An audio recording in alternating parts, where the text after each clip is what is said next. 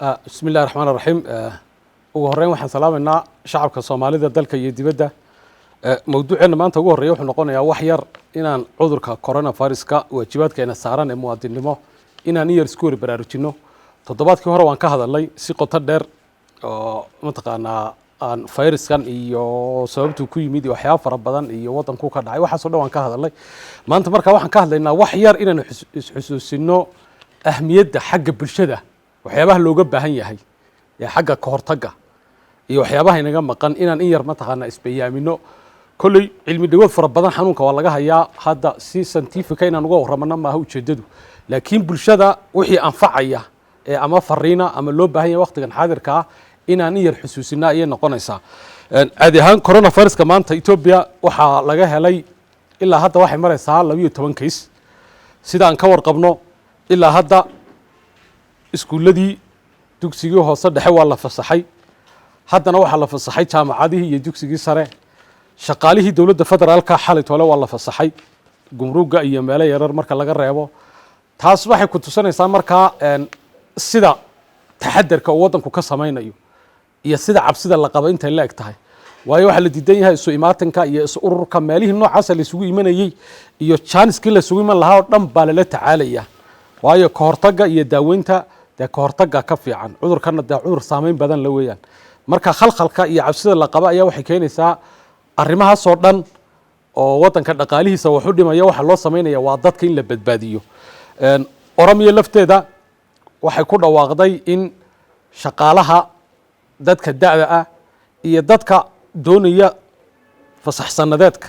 iyaguna inay fasaxayaan si loo kala fududeeyo waxaasoo dhan waxay ku tusinaysaa culayska jira isha dhaweyd dad Ethiopian oo rabay inay u kacaan Djibouti dawladda markay socdaan waa la baaray 3 qof oo suspected ayaa jira dadkii qaar dib u soo noqdeen talafteedu waa alarmi kala u baahan in aad looga taxadaro waxa loo baahan yahay marka Ethiopia markay sidaa tahay dhaqdhaqaaqa noocaasi uu socdo waxa loo baahan in aad looga taxadaro marka xanuunkan iyo dhibaatooyinka ka iman kara xanuunkan marka calaamadiisa toddobaadkii horena waan sheegnay imikana haddaan dib ugu noqono calaamadiisu inta badan hargab kama fogaban ayaan dhahnay wuxuu leeyahay qufac xumad zaayida wuxuu leeyahay oo kale hindhiso badan buu qofku yeelanayaa cunaha ayaa ololaya calaamadaha ugu muhiimsan marka waa inta ay xanuunkan qaabka looga hortago toddobaadkii horena waan sheegnay haddana waan ku celinaynaa kow nidaamka looga hortagayo waxa u horeysa wuxuu ka bilaabmayaa taxadarka qofka marka waxa loo baahan yahay in qofku uu saabuun ku faraxasho mar walba uu suuqa u kacay dad isa soo taabteen ama isa soo salaameen ama uu shay taabtay mar walba waxa loo baahan yahay oo albaabkaaga ka baxdo iyo marka aad albaabkaaga joogaba aad wax taabato inaad faraxalato saabuun ama alcohol waxyaabahan ma taqaanaa anti germska inaad ku faraxalataa muhiima waxa loo baahan yahay gacanta inaad aad uga taxadarto inaad dadka ku salaanto oo inta badan afka la iska salaamo waxa loo baahan yahay distance-ga haddaad dad isu timaadaan inaad yar kala durdurugtaan ama aad tukanaysaan ama meel laga borinayo isugu timaadaan in la yar kala durko ilaa 4 mitir meelaha la isu jirsado waa mid muhiim ah weeyaan nidaamka kale ee looga hortagayo xanuunka waxa ka mid ah socodka in socodka la yareeyo oo socodka aan daruuriga ahayn meesha laga saaro socodun la isagama baahna jantar rogood meel walba qofku iska tagay xormatiid xanuunaa jira xanuunkii ama aad dadka u geenaya ama aad soo qaadaya marka socod aan daruuri ahayn looma baahna waxa kale loo baahan yahay nadaafadda guud ee guriga in la hagaajiyo iyo tan shakhsiga labadaba nadaafadu waa had iyo jeer xanuunku wuxuu ka dhasho nadaafad darrada marka waxa loo baahan yahay nadaafadda shakhsiga ma aha tan guriga iyo tan agagaarka intaba in la hagaajiyo loo baahan yahay wax laga qabto waxa loo baahan qofku inuu xidho mask ama baalkan afka lagu xidho ka laftiisu waa qaali inaga ma heli karna dadkeenu isha dhaweyd waxaan aad uga helay yar Soomaaliya oo fikir aad u fiican keenay oo ma taqaanaa la soo dhigay baraha bulshada aad iyo aad baan uga helay wuxuu sameeyay baalkan tushuga la yiraahdo soo qaaday kaasuu soo qaaday marka stabilarkana uu soo qaatay marka wuxuu ka sameeyay mask injirkana wuxuu soo qaaday lacagta lagu xidho marka bahalkii wuxuu ka sameeyay maskigii aan ka duwanayn oo dhag ah kharashii lacagna kaga baxayn exactly waana isagii oo mastigan kan laftiisu maskan la xidho dulaal saasa ma laha waayo waa waxa la qiyaasay fayraska ilma aragtiga inuu ka gudbi karin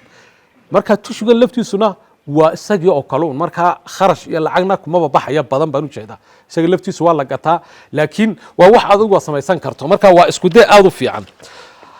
arinta muhiimkan marka jeclahay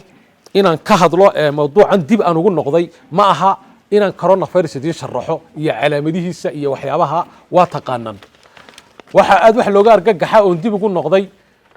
kulli anigu ma dhageysanin laakiin wadanka Sweden waxa ku dhintay baa lagu yiri 25 qof 25 ka qof 12 kamida waxa lagu yiri waa Soomaali waa almost half halka marka maxay ku tusinaysaa mawduuceenii horena waan ku sheegay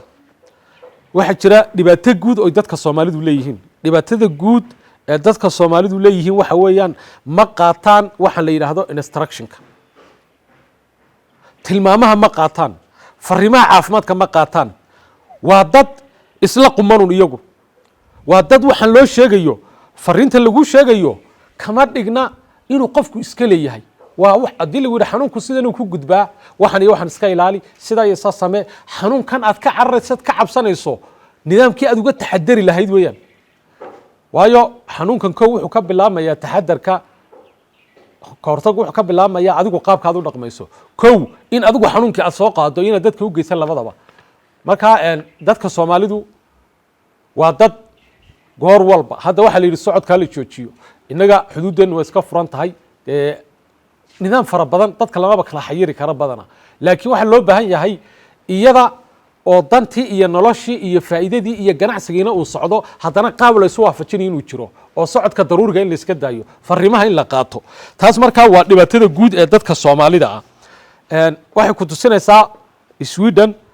dadkii kale waxay uga bateen waxa weeyaan fariimihii ayayna qaadanin isu socodkii bayna qaadanin dadka Soomaalidu waa dadka laga yaabo kaliya tamaanta in sheekad darteeduna isugu yimaadaan oo wax kala lahayn ya oo gurigan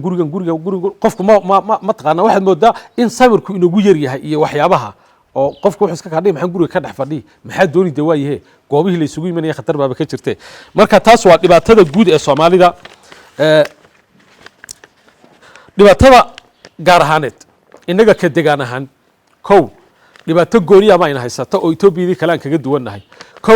ma jiro wax la yiraahdo political commitment waxa weeyaan dadka bilaaadmiga dadka mas'uuliyiinta ayuu ku daydaa oo fariimo u gudbiyo oo tusaale siiya marka inaga xukuumadani iyo maamulkii ka go'naansho ma leh waa dad waxay qabanayaan la garanaynin aan qorshe lahayn meel u socdaan la garan karaynin dhibaatadana labaad ee kale waxa weeyaan ilaa hadda waxyaabihii la mamnuucay socodku waa sidii shirarku waa sidii xafladuhu waa sidii meelaha qaar kood geel baaba la ururinaya oo ducooyin baaba lagu qabanaya hadda waqtigan xadirka oo ilaa tukihii iyo shimbirihii iyo bisadihii waxyaabihii xanuunka looga cabsanayo dhan baaba loo yeedhaya dadkii iska daayay meelaha qaar kood ficilada noocaas ah ka socda marka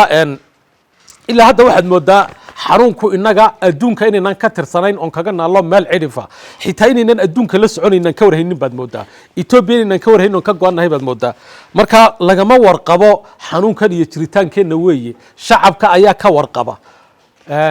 shacabkana dhibkiisa waxa weeyaan cafeteriadii meelihii la isugu yimaanayay waxyaabihii kulli waa sidii wax iska bedelay ma jiro dadku sidii un bay gorada isugu jiraan afka isugu wada jiraan taasna waa waxyaabahan loo baahnayn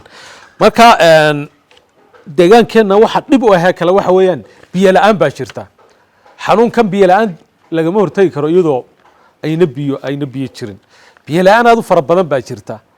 kulay marka roobkii oo insha Allah iska daayo dadkan Ilaahay baa iska nooleysanayo oo arka dad walba Ilaahay baa ma taqaana wuxuu dhigay meel imka inaga kuleylka laftiisu ina caawinaya oo kuleylahan maaragtay laftiisu ka qayb qaadanaya in uu xanuunku ilaa xad aad u sii faafin ama uu durbasa inagu soo gaadhin marka fariinta muhiimka ah ee raba dadka in halkan uga baahiyo waxa weeyaan waa in taxadar gooniya la muujiyo dadka Soomaalidu waa in instructionka iyo fariimaha caafimaadka waa in qaataan goobaha la isugu imanayo waa in laga taxadaro marka aad tagto suuqa aad u baxdo ama gaadhi raacdo ama bajaaj raacdo ama weel taabato ama meelaha lagu xidhiidhiga aad tagto waa inaad farxalato waxa lagu leeyahay markasta markaad bulshada dhex gasho waa inaad farxalato waa in marka qodobada noocaas oo kale oo dhan aad iska waxayso markasta sabab baad ku farxalanaysaa maaskigaad xidhanaysaa markaad suuqa u baxayso gurigaaga markaad joogto laftiisa waxaad muujinaysaa taxadar badan marka aad dareento calaamado hindhisada iyo qufaca calaamado sida durayga oo kala ah waa inaad tagto goobta caafimaadka kuugu dhow inkastoo deeqalo lagu baadho uuna jirinba laakiin haddana ama dhisabaha loo diro ama meel kalaha loo diro adigu goobta caafimaadka inaad tagto oo xaaladaada la eego hargabka laftiisa hadda calaamado lagu kala gargaran kara way jiraan oo mataqaanaa la sheegayo laakiin I'm not sure hadda anigu saa uma sii inaan halkan fariin ahaan idinka sii gudbiyo ma jecli marka waa inuu qofku tago goobaha caafimaadka uu isla socdo xaaladiisa mawduuca halkaas aan kusoo gabagabeyn